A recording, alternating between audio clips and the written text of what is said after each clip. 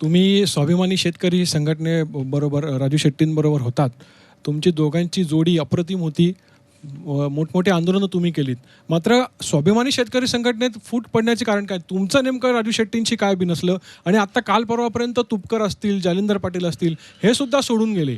तर ही स्वाभिमानी शेतकरी संघटने एवढी मोठी फूट पडण्याचं कारण काय? तुमची काय नाराजी आहे राजू शेट्टींवर?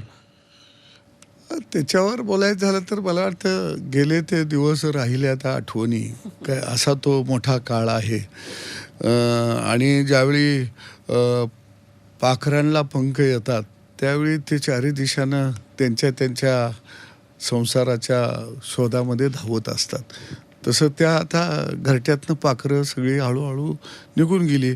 आणि मला वाटतं की बापाचं कर्तव्य असतं, म्हणजे कोणी असला तरी मुलं अशी भरारे मारत आहेत उंचून, त्यांना आशीर्वाद द्यायचा एक काळ असतो. परंतु राजकारणाचं कुरुक्षेत्रच असं आहे की बाप मुलांचाही पंख छाटायला बगलामध्ये कात्री घेऊन उभा असतो. ठीक आहे, म्हणजे तुम्ही थेट हा राजू शेट्टींवर आरोप करताय का?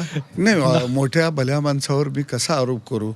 कारण एवढी सगळी माणसं त्या शाळेतनं शिकून बाहेर पडत आहेत, काय आनंदानं बाहेर पडत आहेत, काय किती मोठं कर्तृत्व आहे त्यांचं की सगळी लेकरं पळायला लागलेली आहेत.